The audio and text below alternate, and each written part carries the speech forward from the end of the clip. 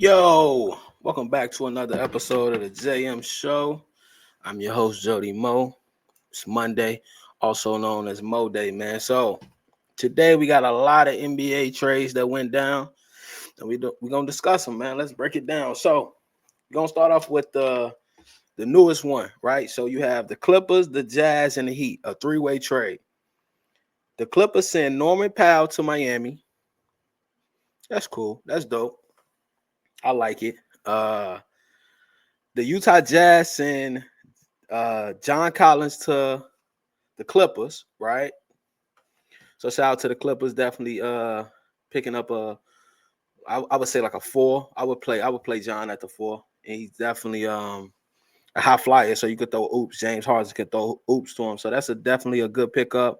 Then you got Kevin Love, Cal Anderson, and a 2027 second round pick from the Clippers. They sending that to the Jazz. So the Jazz have winning like full rebuild. I said rebuild. Pardon me, rebuild mode. Yeah. So they drafted Ace Bailey.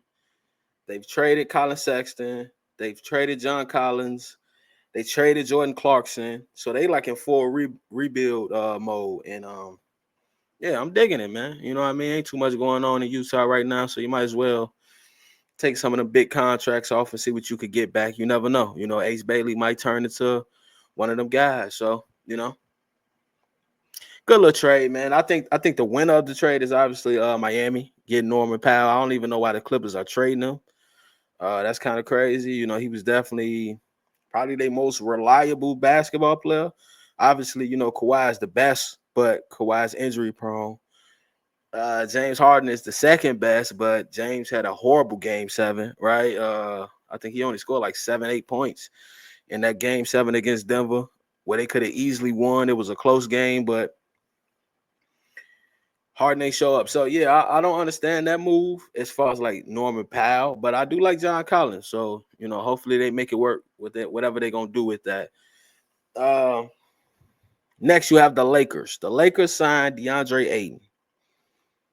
It's cool. I think they put too much on the Lakers needing a big man. I feel like Jackson Hayes was perfectly fine. You just lost the series, man. I understand people a lot of times when you lose a series, they look for an excuse for why you lost it, but DeAndre Ayton ain't that, bro. We got enough evidence now. He was cool in Phoenix, went to the Blazers. You almost forgot he was in the league.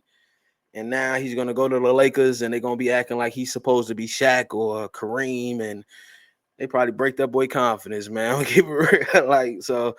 Uh, Shout out to DeAndre though. I could be wrong. He could go there and flourish, but I don't see it. I think if they trying to do what Luka was doing with Daniel Gafford, cool.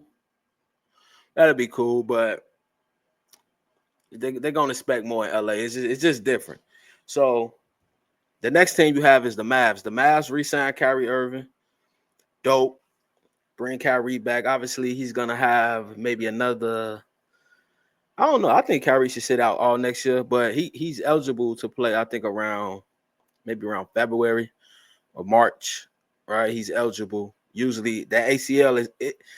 It doesn't take as long to recover as the Achilles, but it still take a process, and you still don't want to rush it because you're putting so much pressure on your good knee that usually when you tell one, the other one ain't too far behind because you're putting so much pressure on this one. You walk in with basically one knee.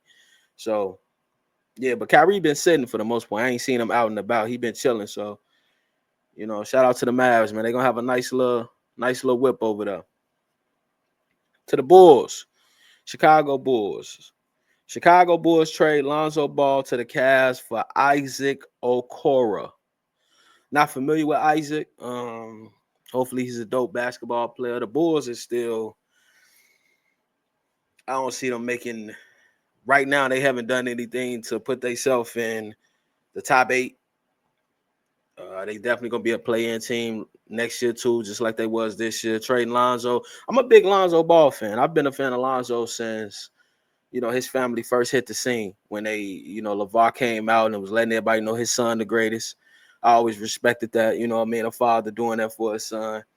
Lonzo had a rough time in LA. He had great games though. People just being a little too extra because they ain't like LeVar, so they took it out on Lonzo. But went to the Pelicans, did his thing. He started getting better. That shot got better. The form got better. And when he came to the Bulls, I was excited, and I expected to happen. What happened, right? We was number one in the East when Lonzo was healthy. You know, he had the team flowing, defensive guard, passer, you know, timely shot hitter. So I'm a big fan of Lonzo. So I'm happy for him going to the Cavs. Hopefully, you know, he could do his thing over there, you know, and yeah, man. Shout out to Zoe, man.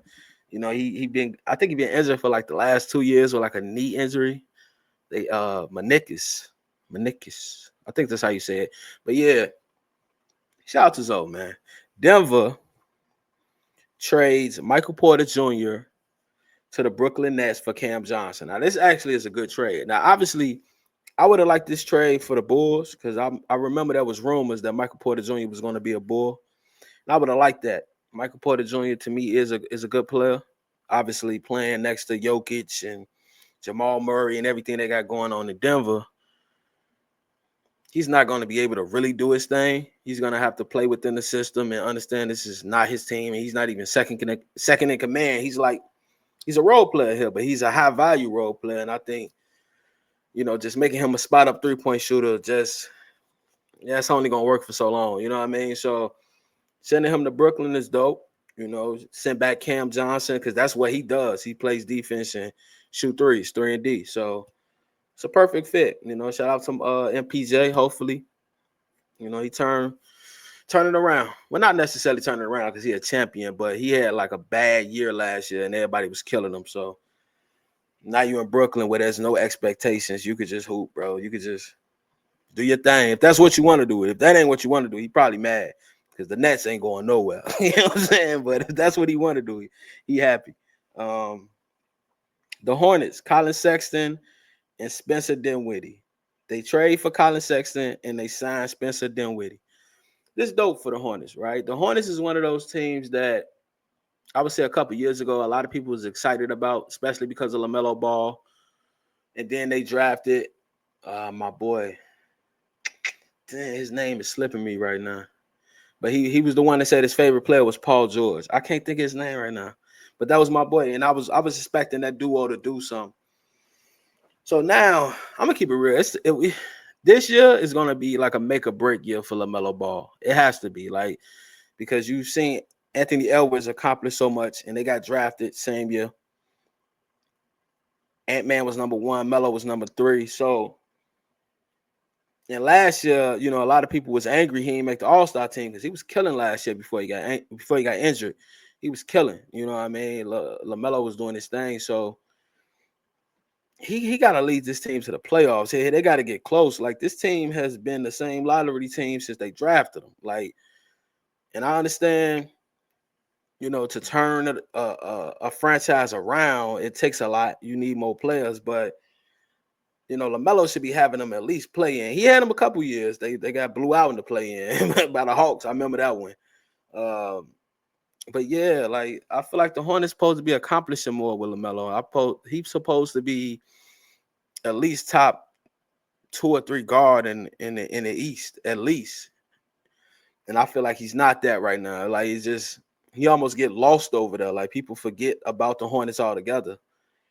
So hopefully Colin Sexton, Spencer Dinwiddie, and you know they can turn things around over there in Charlotte because that's crazy. Now you got the Bucks signs Miles Turner. The Bucks steal Miles Turner from the Pacers, right? And this is like almost like a rivalry that the Bucks and the Pacers be having. So for Miles Turner to go there is crazy, but at the same time, it's a business and we got to make that money. So, you know, the Bucks offer more money. If I'm Miles Turner, I'm gone too. You know, no disrespect. I love the Pacers. He probably loves Indiana, but I got a family to take care of. Now, next year might look crazy for the Pacers, just coming off the NBA Finals, but got Tyrese hurt. Just traded Miles Turner. And I ain't really see them pick up nothing to replace it. So I think this team is just going to have one of those years where maybe they draft high. I think most of those guys maybe still do want to play like Pascal. I think he going to go out there and hoop. But they might end up trading him because there ain't no guarantee what Tyrese gonna be when he get back. You know what I mean? As far as that Achilles injury, ain't no guarantee. But you know, he had a breakout year. So to end that breakout year with that is kind of crazy because this year he did his thing. So you know, you might a year nobody seeing you, and he's not like a loud, flashy guy. So like a year nobody seeing you, you might get lost in the sauce. So by the time they do bring you back, you seen that happen with Oladipo. I mean, when Oladipo was in Indiana, killing, doing his thing, got hurt, came back, it was over with. People forgot about him, and then he just started bouncing around the league because he had that year when they took Bron them to 7. Oladipo was doing his thing, but ain't no telling, man. So I think the Pacers might end up rebuilding. They might end up trading Pascal and just see what they can find in the draft, man. You know what I mean? They had this chance, and shout out to the Pacers, but might be over. So for right now, that's the only NBA trades I've came across. Um, yeah, so switch over to our second topic, man. We're gonna talk about Chicago Sky power forward Angel Reese. So Angel Reese has had 5 straight games of 15 plus rebounds, right? She had 10 points, 19 rebounds, 18 points, 17 rebounds, pardon me, 24 points, 16 rebounds, 17 points, 18 rebounds, 16 points, 17 rebounds. So Angel a beast, man. There's just no way around that, man. She be doing her thing. Now, the Sky is only like 2-3 in these games. 2-3, 2-4. They're like 2-3. Yeah, it's 2-3. And they're 5 for 12 on the season. So they don't really have a good team, which is crazy because you would think, see, a team like this, I feel like they need like an old school coach. They need one of them coaches like from under Greg Popovich, Phil Jackson, because you got Twin Towers down now with Angel Reese, Camilla. Find you a nice little shooting guard who could just space the flow out for them, and you go to work. Like this is really like old school basketball. Like this should be a 17-1 type team. You know what I mean? Like, how do you stop all that? Right? It's just I don't know. I don't feel like that coach. I don't feel like he's the coach for that team. I think you need a coach that understands that type of dynamic when you have your 2 best players are a power forward in the center. Like a certain coach could bring the best out of that team, right? Just give me a shooting guard and a point guard that understands you are here to defend and pass. Hit timely shots if you can, but defend and pass is what you're here for. And it's supposed to be like a 16-2, 17-1 type team, but 5-12. So, you know, shout out to Angel Reese, though, man. 2-time All-Star. She's going to be at the All-Star game this year again, doing her thing. You know, I don't see the Chicago Sky. They ain't going to do much this year. They like second to last in the WNBA. And once again, it's only 13 teams, so they ain't going to do much this year. But shout out to Angel, man. I'm proud of her for hooping, you know, silencing her haters and keep doing her thing. So, yeah, man, that's the JM show for today.